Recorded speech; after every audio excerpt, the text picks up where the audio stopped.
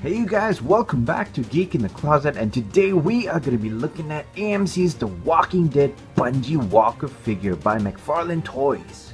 Now let's have a very quick look at the box packaging. As you can see, the Bungee Walker is clearly displayed on the box packaging over here. Very cool but disgusting looking. Of course, Bungee Walker name is right there.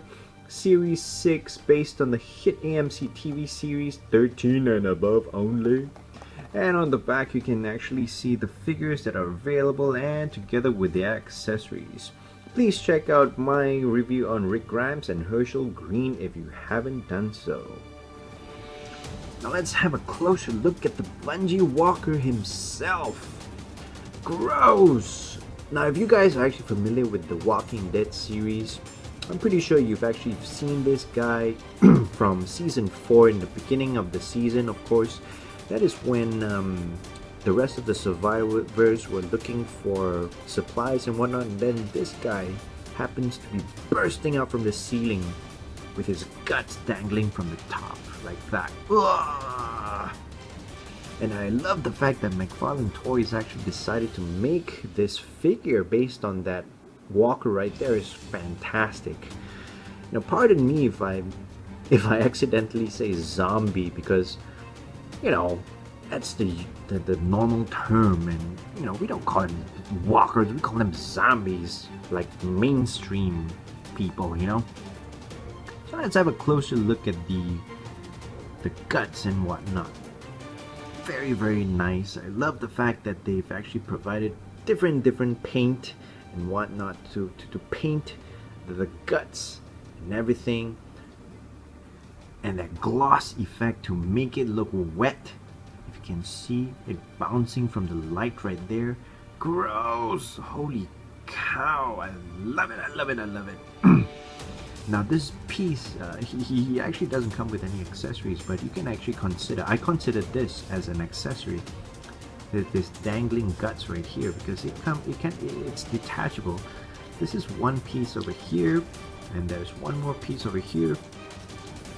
So what you can do is actually, instead of having him dangle, you can remove this and make him a normal walking zombie or walking walker right there. So, you know, and you can also remove this guy as well. Click, and yeah, and you can actually see the insides of his stomach. Let me try to get a torchlight to kind of shine into his stomach right there to give you a better view. As you can see, that white opening, that white peg hole right there is actually for the peg, for his guts and whatnot. Love the fact that on the inside is much more glossier on the outside to give it that wet look, of course. What I'm curious about is that they didn't actually, you know, paint that peg very well, so we can actually see that white colored peg hole right there. So I would actually prefer them to paint that probably with some more gloss if I do desire him to be a normal walker. But not a big problem. Let's have a closer look at his face right here. Very nice. Okay, let's have a closer look here. He's missing an eyeball, of course. I love these gashes on his cheeks and his head right there. Very nice. There we go. His teeth and whatnot. Ugh, gross. His hair is apparently still very black. Very very well combed, even though he's a walker or anything. Now who says that if you're a walker you can't still comb your hair? Now here is the look on his shirt, the crumpledness of his shirt. I love. You can see like the buttons sculpted into it right there. Some black paint on his side of his shirt right here and right here as well. Very nice. On his belt, of course, is like drenched in blood. His pants as well is smudged with blood too, due to his dangling thingy Due to his dangling guts, of course. His shirt right here is painted with a slightly glossier paint to make it look like it got smudged with blood too. On this side, there's actually a torn off, probably a torn off pocket here. On his arm, of course, you can see like some bite marks and some blood all splattered over his fingers. Very nice. Some more bite marks over here, a rip right there. I love his hoodie. I loved how the hoodie turned out to be though. Very, very cool. I love this. A little bit of torn effect right there. Right here as well, probably got bitten. Yeah. And then this piece right here is torn off from his hoodie right there. His pants all the way down, there's actually a gash right there. And his shoes, there are no peg holes on his shoes, however, but it's very nicely done because they even included the sculpting at the bottom of his shoes right there. Very, very nice. His right arm, of course, is a broken arm. It's also smudged with blood. Very, very nice. So now in terms of articulation, unfortunately this Bungee walker doesn't seem to have an impressive movement range. So his head is able to turn left and right like so, but of course the jacket and whatnot is hindering him from looking far left and far right. Yeah, he does not look down, he does not look up, which is a bummer.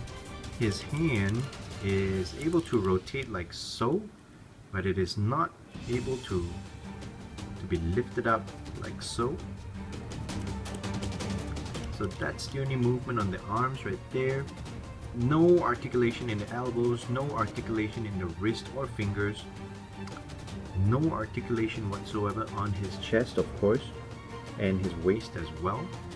His other arm basically moves like this, which is very, very unfortunate because that's the only way. There's no articulation over here, and mine seem to be a little bit disconnected. His arms right there, you can see a gap in between the joints right there, which is very unfortunate. No articulation in the fingers whatsoever. Nothing here.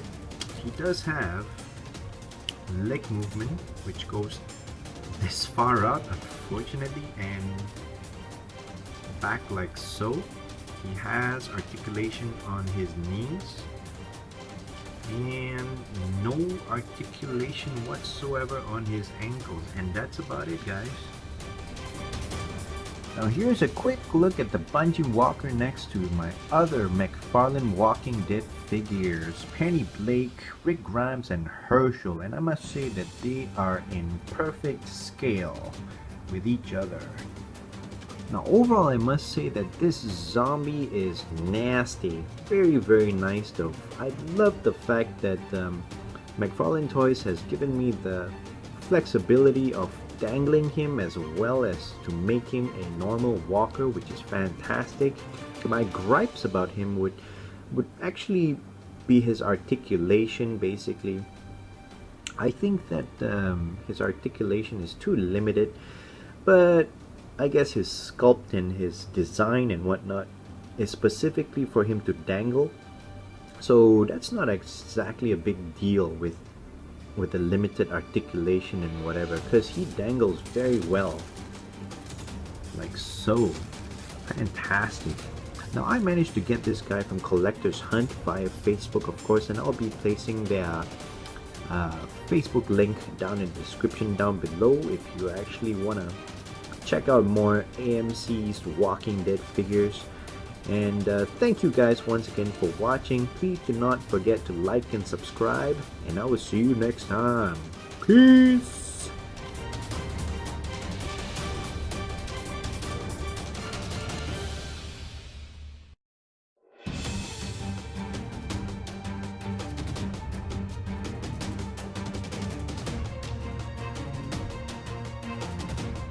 Here's a look at Rick Grimes, of course. Oh no!